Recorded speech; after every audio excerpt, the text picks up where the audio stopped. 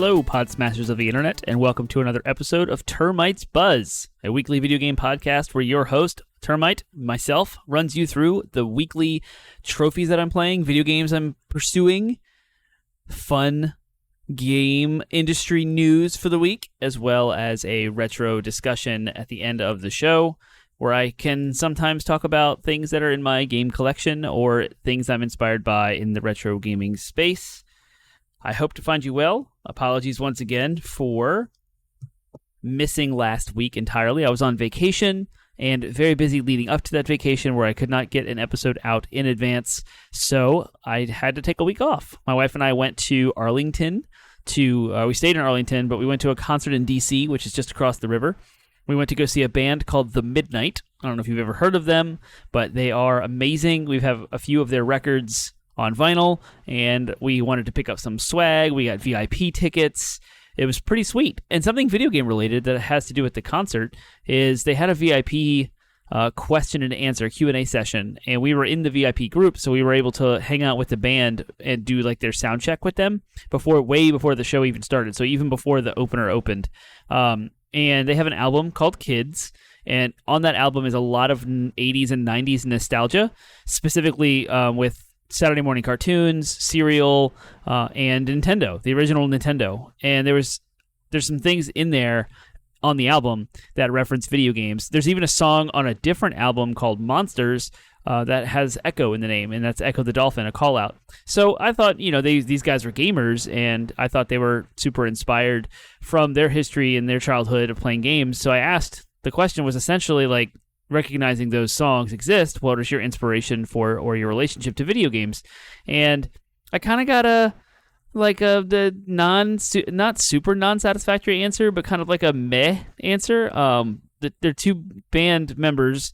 One said he plays like Nintendo Switch. He recently got one and has been messing around with it lately, but nothing like big. I would expect like a Zelda or a Mario or something, but he didn't even really mention what he was playing. And then the other guy said he was playing Doom Eternal and Call of Duty, which, I mean, that's gaming. They're playing games. It's great. But I really expected like some sort of like better answer. And then, of course, they put me on the spot and asked what I was playing. And you can't do that to me without a preparation. I'm just going to freeze, and I kind of did.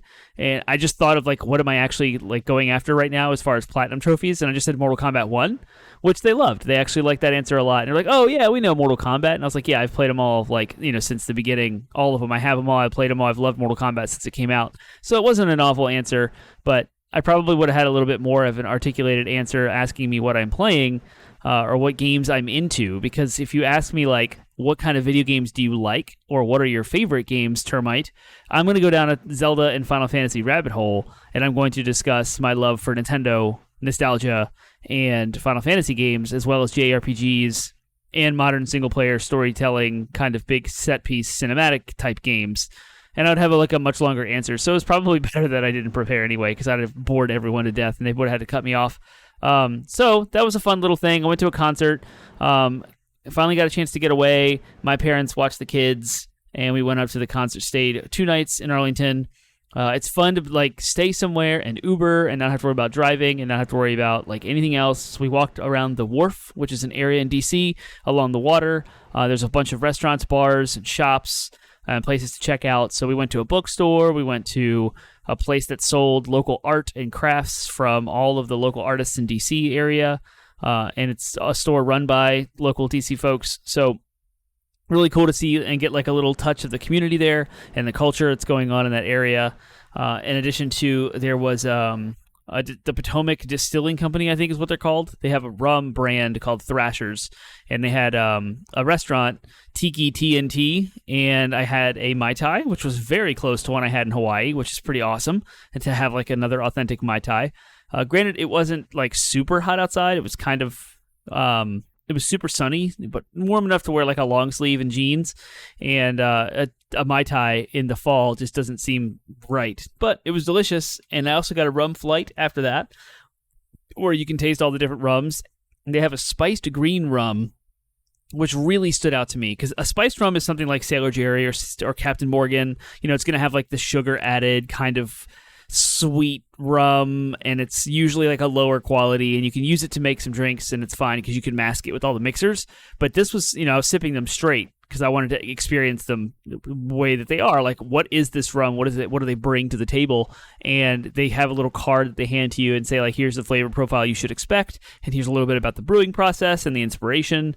And so a green spiced rum it has like lemon and like not green tea, but like grass kind of on the back end. And this is someone, I love cachaça, which is a Brazilian rum. It's very funky. This is nowhere near as funky as that, but it did say no sugar added, and it did have the spices. It was kind of like vanilla and allspice, kind of like fall flavors too. It was very delicious. I loved it. Unfortunately, I couldn't buy a bottle because you can't really bring bottles of liquor into a concert venue, or we had no way of getting things home. So I will probably return and pick up some bottles at a later date because DC is not that far from Charlottesville where I live. So there is that. That's why I was out for the week. So I hope you all had a good 2 weeks. You had a week away from Termite. So he had a break from me. Now I'm back. So enjoy, hopefully, what you get. What am I playing? It's been now 2 weeks, right? So I don't know if I've told you all, I've wrapped up Black Ops 1 on my PlayStation 3 Frankie. That's now done. I'm not going to platinum that game because that's not worth my time. I'm not doing veteran mode. I'm sorry. Call of Duty veteran mode is extremely infuriating. I will throw my controller. It's not worth the pain and the effort. So what I've done is just go through the single-player campaign, did all the collectibles, did all the optional mission trophies that are related to specific missions. And I got a bunch of trophies for it, and I loved the story, and I moved on. And I started kind of jumping between what I want to play next. I remember I said on the show I was going to jump into Killzone HD because I was feeling it then, not feeling it now. And I jumped into Infamous because there's all these rumors around like an Infamous remake going to be announced soon. And I jumped into Infamous, and I started playing it. I'm probably like an hour or two in, and it's also not clicking. Not because it's a bad game, it's just like not what I feel like playing, which is this third-person city open-world game like Spider-Man that's about to come out in a week. So I better get into that because Spider-Man, the Red Seas will part so that I can play Spider-Man. Nothing else matters. So I dabbled in that, didn't really click. So I put in Battlefield 4, and I had it installed, and I got to the title screen, and I'm like, meh. So I don't know what I want to play on PlayStation 3 yet, and I have a huge library of games. I also picked up some new ones, which I'll talk about in the retro section at the end of the show. So that's done. So what am I still doing? I'm playing Mortal Kombat 1 still. I finished the campaign. I'm now doing the Invasions mode. It's kind of grindy. You have to go through, it's almost like a world map, kind of reminiscent of Mario World or Mario 3, where you have a little like point to point. Each thing is a fight, and you go through like multiple universes, timelines. It's pretty cool. It's not super interesting. I mean, it's fine, but I'm just grinding, and it feels very grindy. So it's like put on a podcast and just do this because it's not super engaging. It's just churn. So collecting trophies for it. I still love Mortal Kombat. I think it's great. I'm having a good time with it. It's just a little non-inspired. And I started today, actually, finally, in the middle of October. I have a half a month to finish-ish. I started Resident Evil 4, which is like, the Resident Evil games are the ultimate Halloween time frame games.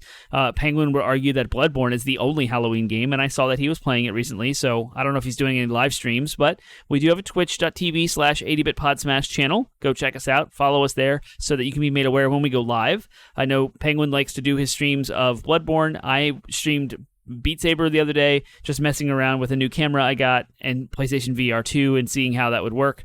But yeah, I'm playing Resident Evil 4. Absolutely incredible. Tight gameplay, everything's flawless, no bugs, it runs beautifully, it looks awesome, everything's great, and I haven't gotten past where I left off on the GameCube yet, so it's really cool to have that comparison, because I was playing the GameCube version at the end of last year, like not even 12 months ago, and so it's kind of still fresh in my head. And someone, I think kind of funny, had put it like this, where the remake of Resident Evil 4 is exactly how we remember Resident Evil 4 being, as opposed to like Resident Evil 2 remake, which is an entirely different game, like almost, because of how much they've changed and how different the perspectives are and how different in the age gap there are, because Resident Evil 2 is really old. So if you at all love Resident Evil 2 or Resident Evil 3 remakes, of course 4 is now out, it's been out this whole year, but it is a 2023 game. Definitely check it out. It's the perfect fall game. You're running through the woods. It's very much like, I think Resident Evil Village drew a lot of inspiration from Resident Evil 4 with the outside-y wooded areas. because it's very like it's pulling ties. It's like bringing me back like memories of playing Resident Evil Village. I think Resident Evil Village is a lot scarier than Resident Evil 4 is. So there's that. Of course, I'm trying to get some trophies. I may or may not platinum it. There's some workarounds and things you can do to make some of the harder playthroughs. You have to get like a S rank, and in order to do that, you have to play really fast and like not take damage and not save as much. And there's all these like conditions you have to do to get whatever ranks and such. So right now I'm playing on the easiest difficulty. I'm getting all the collectibles, all the treasures, all the things you need. And then after that, there's like 6 playthroughs total, and the faster ones at the end are fast because you are speedrunning. There's one for like no healing items, one for like no saving or something. So you just blow through the game over and over again. And by the time you get to your 6th playthrough, you pretty much have the game memorized, and you have all the cool weapons with the infinite ammo unlocked, and it should make things drastically easier, so it doesn't seem as hard as it is. At least that's how it was for Resident Evil 3, which I do have the platinum on, the remake. Had a blast with it. And that's what I'm playing. Mortal Kombat 1, Resident Evil 4, and I'm primed for Spider-Man 2 as soon as it comes out. I'm going to play that. And Super Mario Bros. Wonder, they both come out on the same day. I'm essentially not working that day. I'm going to get both of those games, and while Spider-Man is installing, I'm going to play Mario Wonder. And then when Spider-Man's ready, that's where I'll put the headphones on. I'll bring up the folding gaming chair. I will probably crack a drink, and I will sink into Spider-Man 2 for a couple of hours. And then I will play Mario Wonder over that weekend while the kids occupy the TV, so I have something to play. Until the PlayStation Portal comes out in November that I've pre-ordered, and I'll be able to play PlayStation games remotely with like comfortable controllers that work, because I love remote play. I like to use it extensively, and the only way it does work is if I can use it on my computer in the basement and using a DualSense. But that ties me to the basement. I don't want to be locked into my basement. I want to play it on the go. And the touch controls on the phone are fine if you don't need the shoulder buttons, and most games require the use of shoulder buttons, so it's kind of silly. Doesn't really work. So I'm looking forward to the PlayStation Portal, and I might use that as an excuse to go back to the Hogwarts and get the trophies, and back to Star Wars and get the trophies now that it runs great. It's a whole thing. There's way too many games, y'all. Forza Motorsport came out over this past week, and I've also jumped into it. And I'm trying to figure out like how I feel about the game, so I can give my thoughts here. I love Forza Motorsport. I love Forza Horizon. I love Gran Turismo. I've played all of them. Some when they have come out, and some I've gone back and played. Forza Motorsport feels like the racing is kind of similar to Gran Turismo, but to me, the way the braking is very different. I think it has to do with the haptics, but I can't put my finger on it. When I brake going into a turn in Gran Turismo 7, I feel like the tire grip doesn't give away so quickly. Where in Forza, it feels like it's immediately stressing the grip, the tires, and you just go straight. And you understeer and you go straight into the wall. I know that there's finesse to it and you have to ease onto the brake, but generally when you're racing, you hit the brake hard and you let up on the brake as you approach the turn to free up the grip from the tires to actually steer. If you slam on the brakes and steer at the same time, your tires are just going to slide. So in Gran Turismo, I got used to that. I would hit the brake hard and ease up on the brakes as you approach a turn, and then you start steering and you want to do all of your braking on the straights before you enter a turn. And I tried doing that in Forza. It did not translate well at all. I had to completely change how I'm braking, and now it seems like you have to go like 3/4 braking, half to 3/4 on the analog braking in order entering a turn throughout the whole turn, and it feels just very different. And I don't know which one's like more simulatory and which one would actually be more realistic. I'm not sure. I know they have different physics models and tire grip things, but I found Forza like to have a learning curve that I didn't expect. And so I'm playing through the career mode of Forza, and they've changed how the progression works, where you get a car and you can't upgrade the car beyond a certain point unless you level up your car level for that specific car.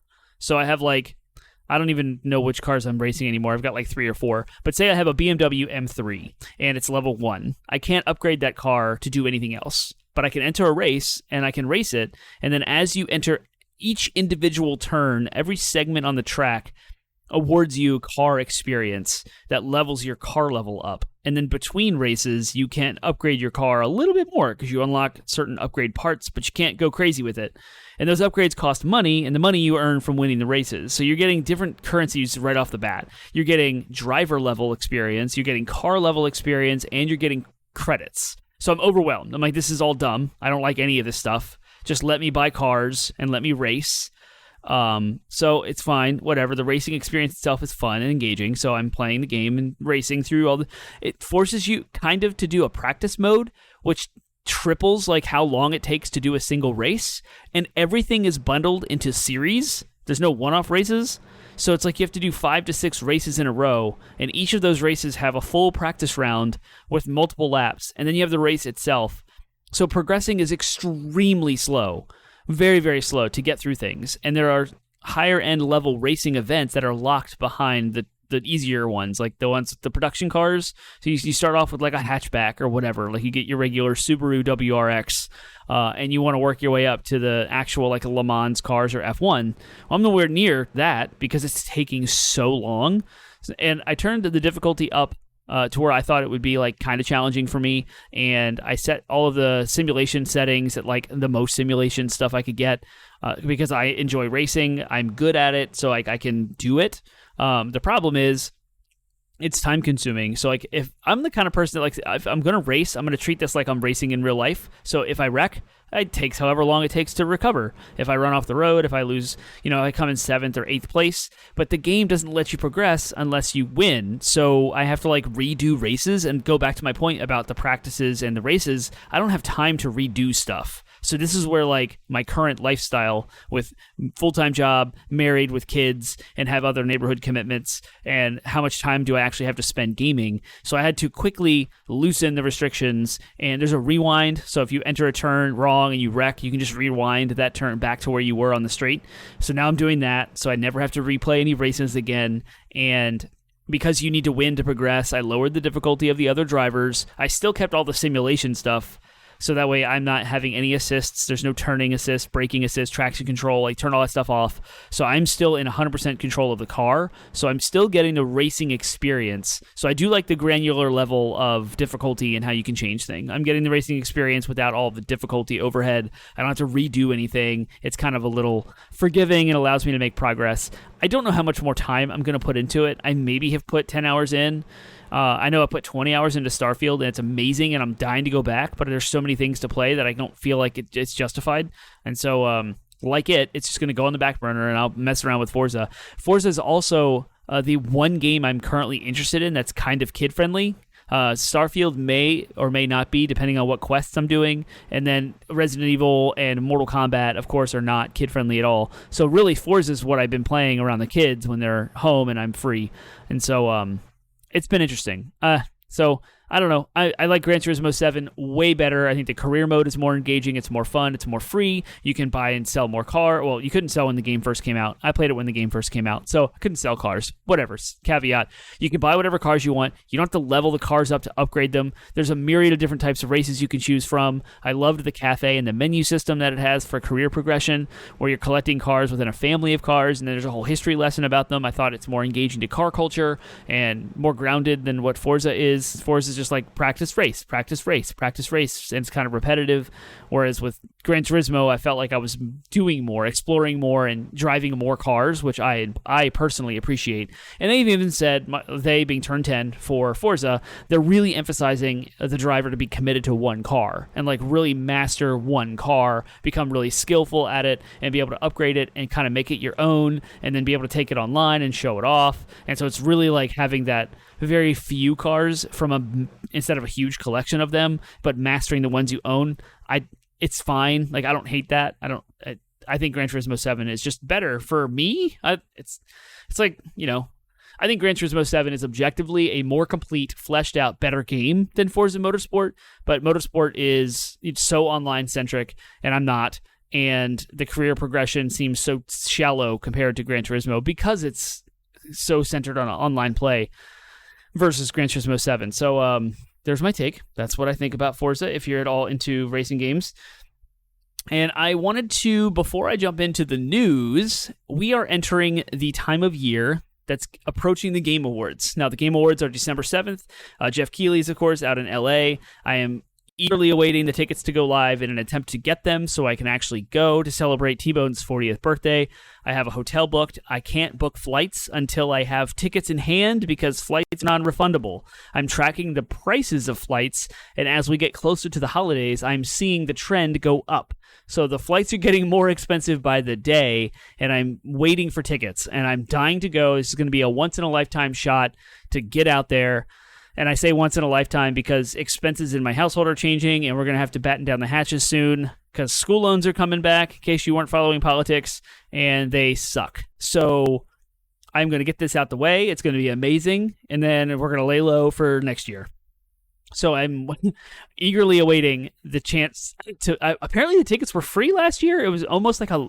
I don't know if it was a lottery system or first come, first serve, but I remember like being added tickets to the cart last year, and I was about to check out, but it was so short notice I couldn't plan ahead enough to make it happen. Where this year I did plan ahead enough. I have the hotel room, like I said, and so I'm just waiting on tickets to get the flight.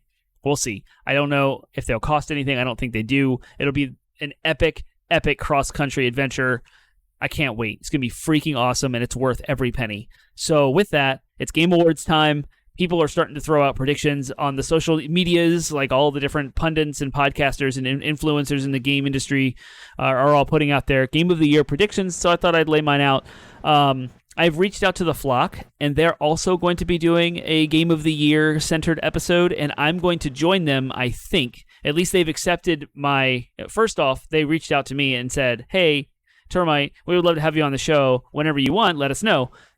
Fast forward a few months, here I am. Hey, I'd love to be on a show about the Game of the Year discussion and predictions and what we think and opinions. That's going to be a much more in-depth conversation about Game of the Year than what I'm going to do here. All I'm going to do here is kind of a quick 6 slots for the nominations of Game of the Year, and it's going to be my prediction on what those games will be, which means I'm trying to predict what Jeff Keighley's Game Awards are going to slot as nominations. That means it's not my personal opinion, it's not what I think should be there, it's more of an objective industry analysis perspective instead of what Termite thinks should happen perspective, if you understand. So here we go. There's generally 6 slots every single, last couple of years, and I don't know when the nominees are going to be announced, but it has been a year, y'all. 2023 is insane, and I found it very difficult to try and figure out which ones would make it. But remember how the process for the Game Award nominations how it goes is they select from like 140 judges. They all put their top whatever in, and they rank them and stack them, and then that's what gets the nominees. And then once the nominees are out, those votes are weighted for the industry, and then there's like a 10% of the vote goes to the population. That's us, the gamers, and then they choose a winner. So the nominees basically come from the same people who review games. So if you follow video game reviews and you follow video game discussions online, and you're on Reddit and Twitter and Facebook or wherever, and you're kind of following the trends, and you can listen to podcasts and see what people are thinking and what games are jiving with the critics versus... distracting from the noise of the general masses is what you really have to do to get this list. And so I'm trying to do that. That's the perspective I'm approaching this with, and here we go. So some of these games aren't even out yet, but here we go. 1, Spider-Man 2. 2, Baldur's Gate 3. 3, Zelda Tears of the Kingdom. 4, Final Fantasy 16. 6, Starfield. And I'm sorry, that was 5. 6, Alan Wake 2. And I chose Alan Wake 2, which hasn't come out yet, because Control was a 2019 nominee. It has showcased very well, and I think when you have something like It Takes Two that won last year or 2 years ago, you have to think of like the oddball, like the one kind of game that no one really expects to be on this list. I think the other 5, Starfield, Final Fantasy 16, Tears of the Kingdom, Baldur's Gate 3, and Spider-Man 2 are no-brainers. However, Spider-Man got snubbed over the last couple of years, so... No, 2018 remake, not remake, the one on PS4. It got snubbed. It never really, I think it won like a music award. So I think this is Spider-Man 2's chance. This is Sony's chance to come back. It's the one game that's like, well, Final Fantasy 16 as well. It's also a PS5 title, but Spider-Man is that Sony IP versus Final Fantasy, which is kind of, yes, it's a PlayStation exclusive, but it's an IP that's across all the platforms. So I'm thinking of like Microsoft needs to have a nomination this year because they didn't have anything last year. And Microsoft has Hi-Fi Rush, Forza Motorsport, and Starfield. Of those three, Starfield's got to make the list. Like it was received well, reviewed well enough to be on the list. And of course, it's Bethesda. Everyone loves them. You have Fallout 4 and Skyrim, which had won previous Game of the Year awards in different forms before Jeff Keighley's show. Of course, you've got Zelda, Tears of the Kingdom, like Nintendo representation. I don't think Super Mario Wonder is going to be as big as Zelda, and I feel like there's only enough room for one Nintendo game, not two. And then Baldur's Gate 3, which is setting the world on fire. Everyone is lauding that game as an absolutely incredible experience. Amazing. It's got extremely high engagement rate on Steam. It's been reviewed really well. It's always being talked about still, even after it's been out for a few weeks. And it's the same thing with Final Fantasy 16. So with Final Fantasy 16, people are going to say, no, Termite, that's not a real Final Fantasy game, so it doesn't belong on this list. That's the noise I'm talking about, separating from the general consumer reception and the critic reception, because looking at Final Fantasy 16 as a video game, an RPG in 2023, and removing from it the entire pedigree of what it should be, removing the expectations of what a Final Fantasy game should be or definitions therein, and removing all those constraints and just looking at what this video game is, it absolutely deserves to be on this list. And I think it will be. That's my prediction. So some other like runners-up would be like Resident Evil 4, the remake, Dead Space remake. Those are remakes, and I don't think we've ever had a remake on the Game of the Year nomination. You can correct me if I'm wrong. So I just kind of threw those aside. Star Wars Jedi Survivor, when it came out, it was such like mid reception because the performance was all over the place, and it like evaporated immediately. It was like a 1 week period where people were talking about it, and then it was gone from discussion. Hogwarts Legacy, same thing. However, Hogwarts Legacy sold a lot, so if I was to weigh in on the consumer side, I would say it probably deserves to be on the list. But based on how it was reviewed, how it was received, how long it was talked about, all that stuff, it was mid, talked about really quickly, and then gone. Armored Core 6, I haven't heard anything about it since it came out, so that was like a one-day flash in the pan. Granted, it's from Software, and they've won multiple Game of the Years. I just don't think this is going to hold up to that level of popularity, so to speak. Diablo 4, that was the hard one to... If there was a 7, if there was a 7th slot on the Game of the Year prediction list, it would be Diablo 4. Because it was really, really, really good game. Highly reviewed, talked about for a while. Lots of end game, grindy kind of games as a service type stuff to do. So it has content. It's got seasons. We're about to go into season 2. And then Hi-Fi Rush, of course, the big surprise from Bethesda in January. That would also be the quote-unquote It Takes Two of this list, but I put Alan Wake 2 in there because I feel like Control grabbed folks more than It Takes Two did. But It Takes Two actually won Game of the Year, so I could be talked down off that ledge and say Hi-Fi Rush deserves to replace Alan Wake 2. It's kind of hard to do this, but I am where I am on my list. I'll go over it one more time before I move on. Spider-Man 2, Baldur's Gate 3, Legend of Zelda Tears of the Kingdom, Final Fantasy 16, Starfield, and Alan Wake 2. That's Termite's Game of the Year predictions. That's what's going to be the nominations. And as far as which video game will win, it's going to be Final Fantasy or Zelda, and I don't know which one. So that's my prediction for the winner this year. In my heart of hearts, my Termite heart, my actual personal choice would be Zelda Tears of the Kingdom, but we'll see. And we're going to jump into some news. I don't know how long this will take. I'm a half hour into the show, so I will just move along. Some big things happened this week. Something monumental happened today, and I'll save that one for just a minute. But PlayStation has announced a new PlayStation 5 console, and that is a smaller design. And I'm going to read from Sid Shumans, Senior Director over at Sony Interactive Entertainment Content Communications. He posted an article on the PlayStation blog. As the holiday season approaches, we are excited to share that we have a new PS5 model launching.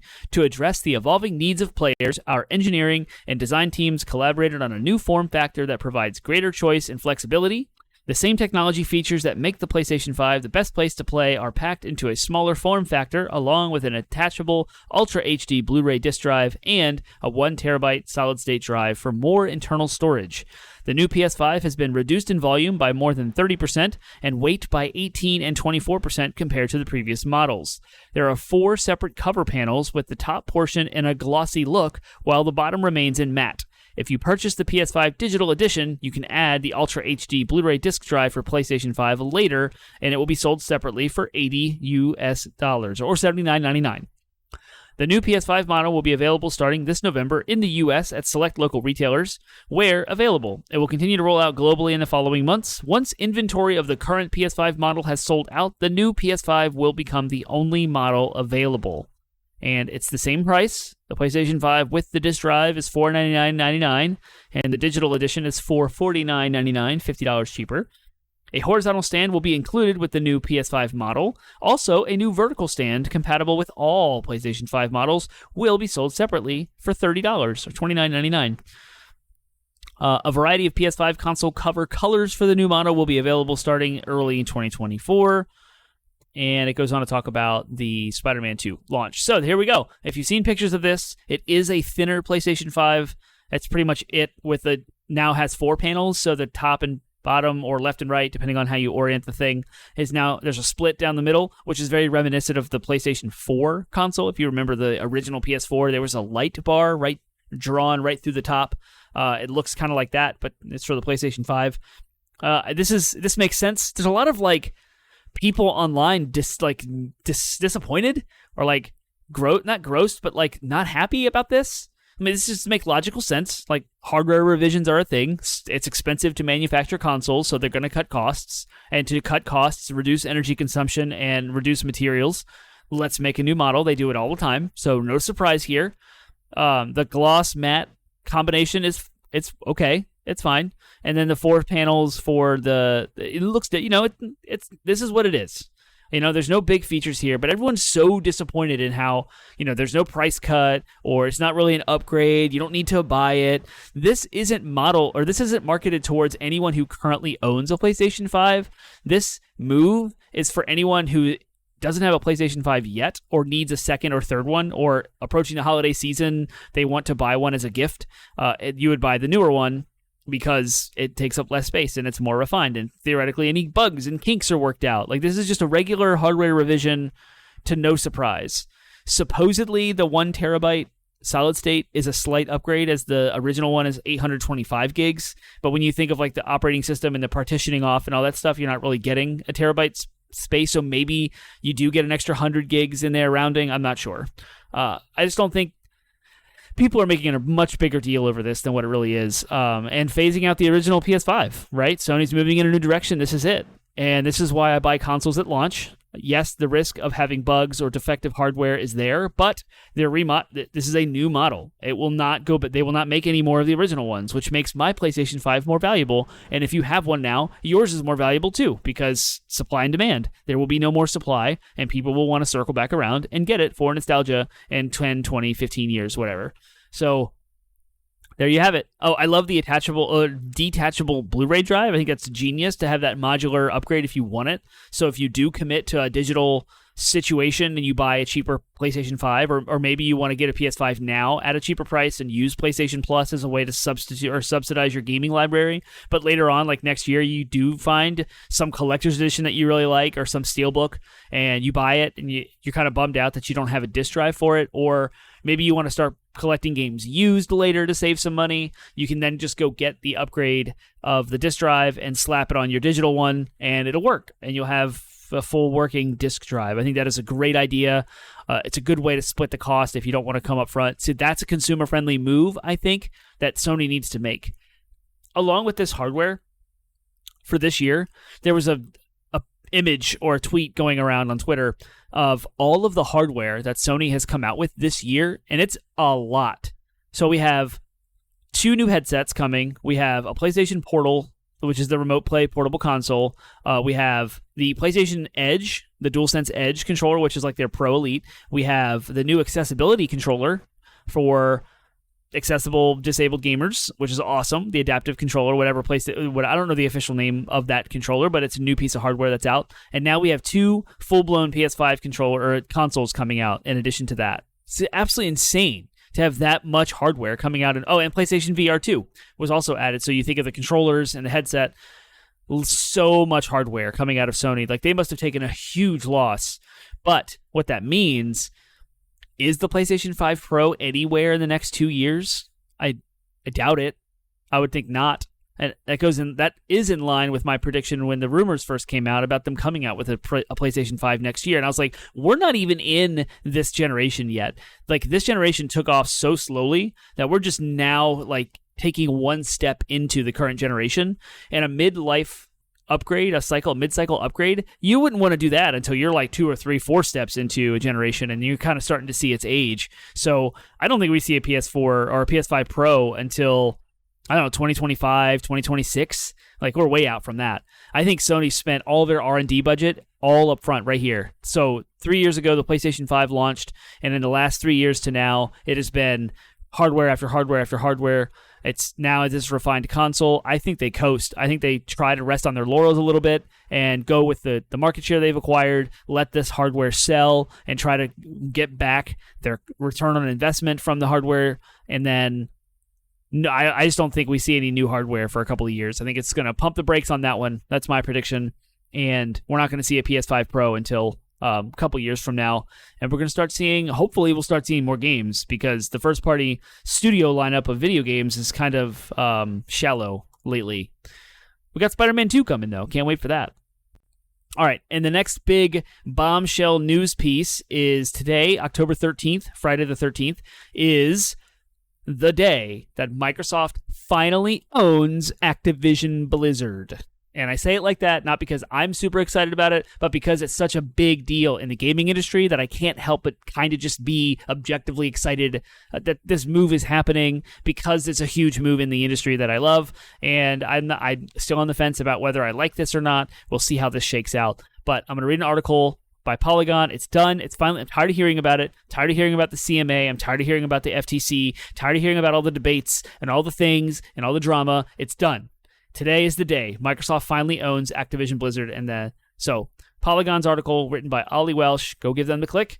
Microsoft has announced that it has finally completed its $68.7 billion acquisition of Activision Blizzard, the developer and publisher of Call of Duty, Warcraft, and Candy Crush. It's a deal of unprecedented scale in the game industry, and it took 21 months to complete. Microsoft faced opposition from regulators in the United States and the United Kingdom, as well as from its competitor Sony, whose leaders feared losing Call of Duty to Xbox exclusivity. In notes to Xbox and Activision Blizzard staff, Xbox head Phil Spencer and Activision CEO Bobby Kotick said that Kotick would stay on in his post until at least the end of 2023 in order to assist with the integration of the two companies.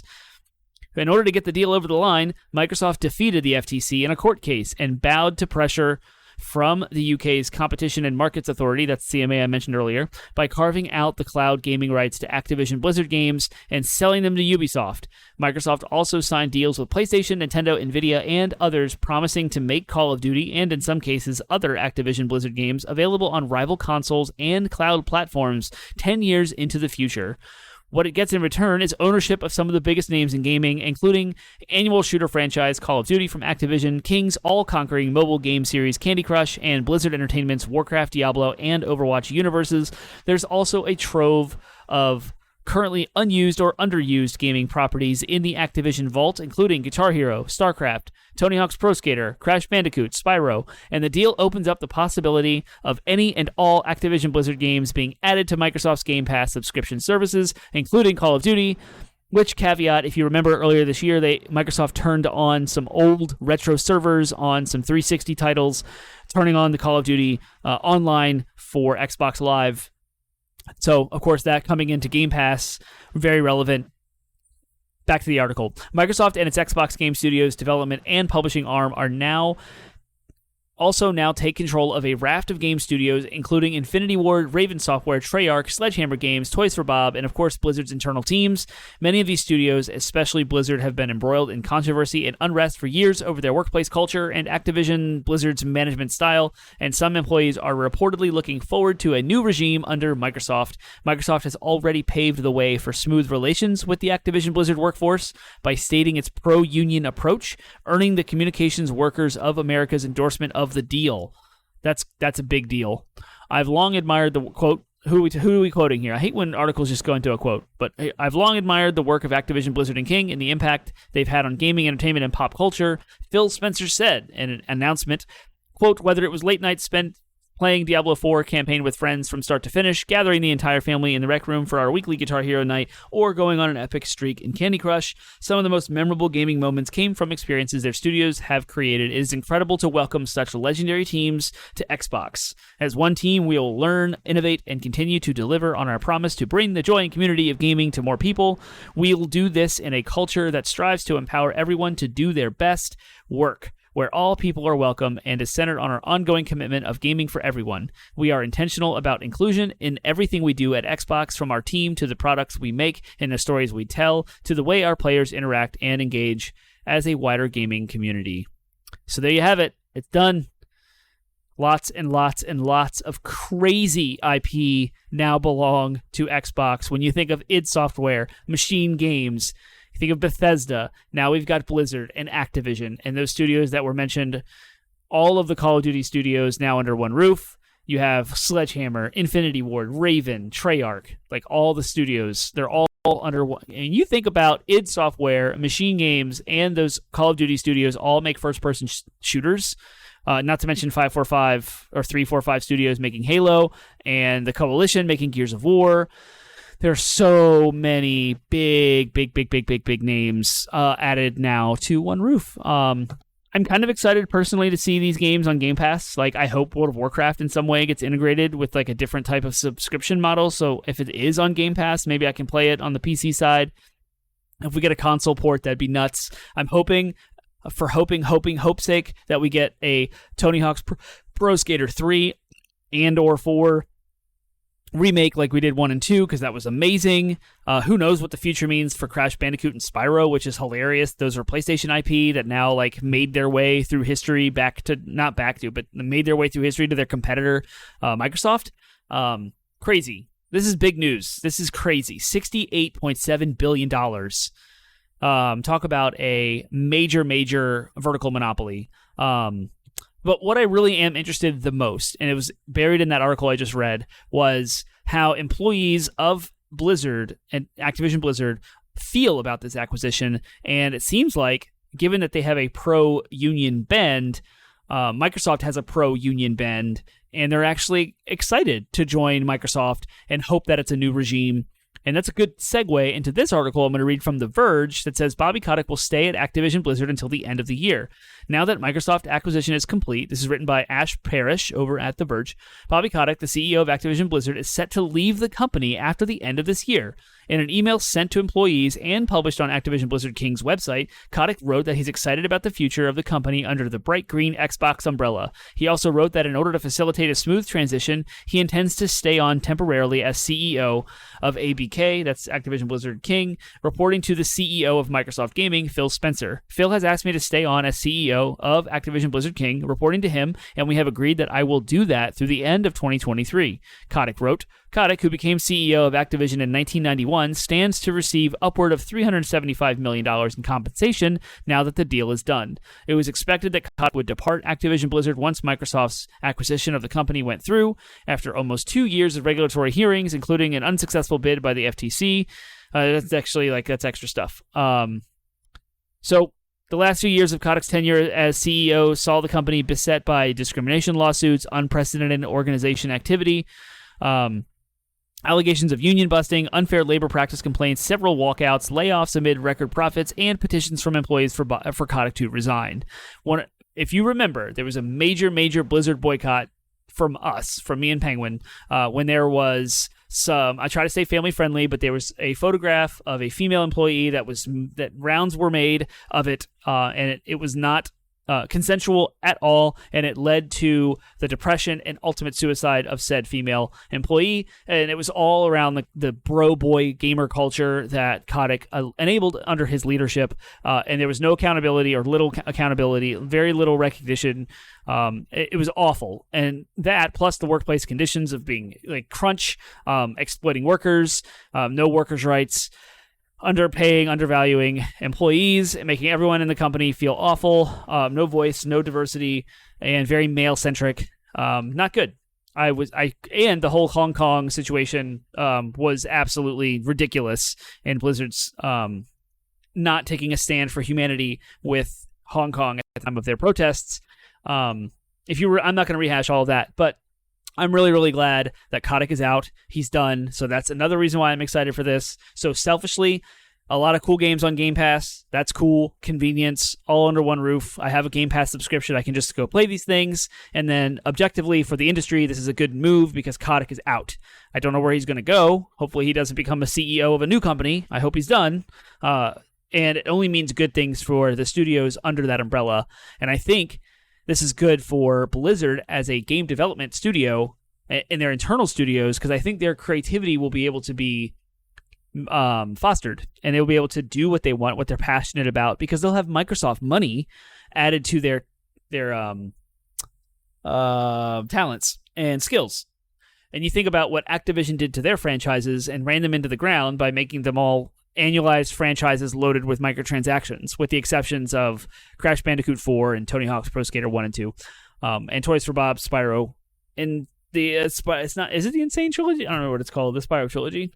But outside of that, Activision has not done well with their IP. Shoving Call of Duty down everybody's throats all the time, doing Battleground stuff and Warzone things, which they're successful and they're lucrative and they make tons of money. But I feel like the creative passion behind Call of Duty that was there during Modern Warfare 2 era, back on the 360 and PS3 days with Treyarch, or that was Infinity Ward, is kind of gone. And so maybe we can get back to that. A little bit more awesome games would be awesome. Last news story, Redfall got an update. This may be a little old news for y'all, but because I missed last week, I didn't capture it. But I wanted to highlight it as I was one of the persons that was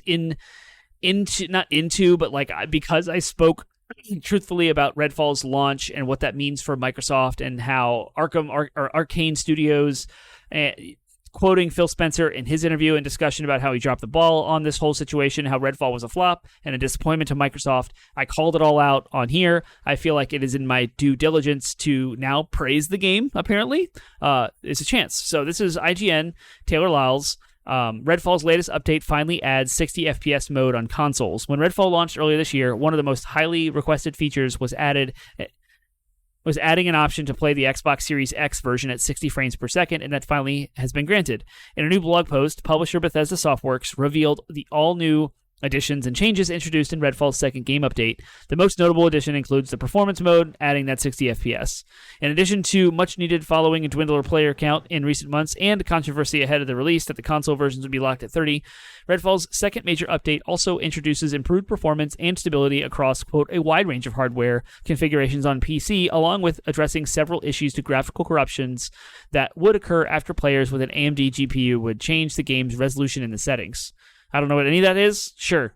Both critics and players widely panned Redfall at launch and following its release. Reports surfaced that the game had a troubling development cycle, despite the rough start. In an interview with GamesIndustry.biz last month, Bethesda's Pete Hines was confident that Redfall will be a good game eventually, comparing its rough start to that of Bethesda Game Studios' 2008 action RPG Fallout 76.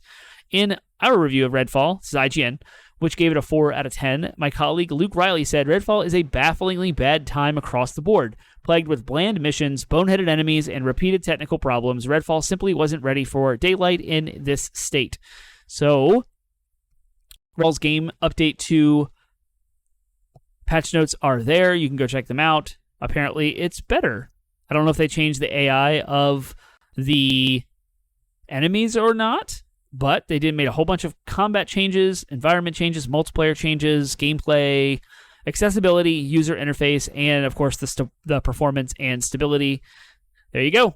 If you, I think Redfall needs a new chance. I think it needs a second shake. Maybe re-review it from everyone, but no one's got time because we're all buried in 2023 amazing titles.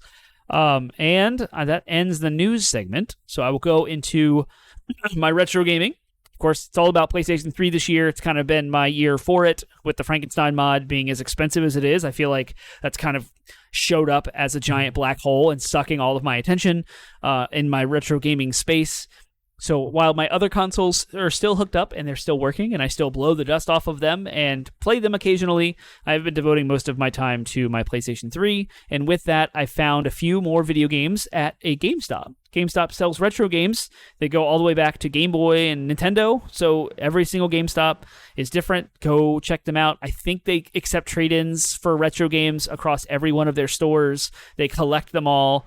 Apparently they clean them. I doubt that. When I say clean, put big air quotes and an eye roll in there. And then they redistribute them based on like market interest or whatnot. So I don't know. Random stores have random assortment of games. There's no consistency. There's no quality control. Who knows if you're going to get a case? Don't buy it online, because if you're a collector, you probably do want the case they come with, or some manuals or books or boxes or something. You're not guaranteed any of that if you buy it online. But you can check the online store for like availability, and then you can go to the store and check it out. Well, I was in the area and popped in just to see what PlayStation 3 or retro games they had, and they did have a Final Fantasy on Game Boy that I almost bought, but it was a little pricey, and all it was the cartridge, and the cartridge wasn't in that good a shape, so I didn't buy that. What I did buy is a stack of PlayStation 3 games that consist of Far Cry 2, Armored Core 5, Super Street Fighter 4 Arcade Edition, and Injustice, the first one. So those are games I didn't have in my library before, and I'm interested in all of them because they're good PlayStation 3 games, and they were kind of cheap. They were hovering average around $10, and Armored Core 5 was like $30 because it's rare and getting rarer as they don't make them anymore. And with Armored Core 6 being out, I wanted to have 5 on the PlayStation side of things. I think I've got a copy on 360 as well, but I wanted the PS3 version in case I ever want to play it and get some trophies. I have it now in the collection, so that is that. And there hasn't been a whole lot of retro gaming. I did discuss at the beginning of the show how I was finishing up Black Ops and moving on to something different, and I haven't really committed to anything yet, and I'm kind of still playing that one by ear. So we'll see. That is the end of my show. If you like this, please continue to check out 80bitpodsmash.com. That's our landing website. We have links to all of my Facebook, Instagram, Reddit, Twitter, all of the social media platforms. You can give your thoughts, comments, questions, concerns, and ideas there, 80bitpodsmash.com. And, of course, our RSS feed is there. It'll always be there. It has links to all of our old past episodes over the last 7 years of doing this. And just a little quick reminder on the side that this podcast, 80-Bit Podsmash and Termite's Buzz, is eventually going to come to an end very soon. I'm working with Penguin still. I haven't heard back yet. We're going to come up with a date to do a final finale 80-Bit Podsmash episode. So just bear with us. Stay tuned here. Don't change your subscriptions. Don't change any. Nothing is going anywhere, except that we will eventually stop producing new content, and we'll have like a last hurrah memories of our podcast and our time doing it and how much fun it was. And that'll kind of close us out forever, at least until we reactivate. If that ever happens, I doubt it will, but that'll kind of be the sunset, the very end of 80-Bit and Termite's Buzz. But we don't have a date yet, and as long as there's no date set, I will continue to try and push out episodes. But the best way for you to be kept in the loop and know what we're doing and what's going on is to follow our social media, links and outlets. Again, 80bitpodsmash.com.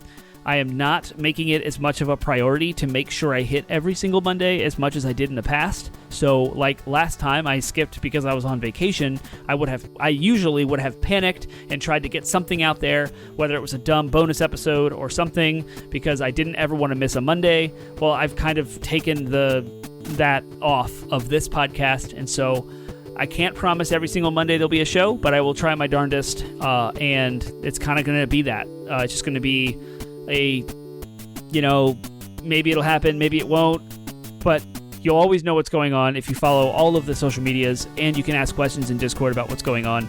And eventually there'll be a big celebration, end of life for our podcast with Penguin. And you can always look out for me on a different show called The Flock, as I mentioned earlier. I'm going to be doing a Game of the Year discussion with them, and that's the group in Virginia that we did our Fantasy League, our Fantasy Critic, which I still want to do a final episode of that as we close out the year later this year in a few months, couple months now. So look out for that, and you can always find my whereabouts on social media because all of the things are staying. The episodes are going to be there. All the social media accounts are going to stay active and alive. That's where I'm going to be tweeting. It's what I'm going to be still doing and engaging on. It's just the podcast itself is what's going away. So I want to leave all the legacy episodes up, so I'm not going to close the domain. I'm not going to get rid of the hosting. I'm going to keep it all up there for y'all because it's good stuff. And it's been a long time. So with that, I hope to see you next week, but we'll see.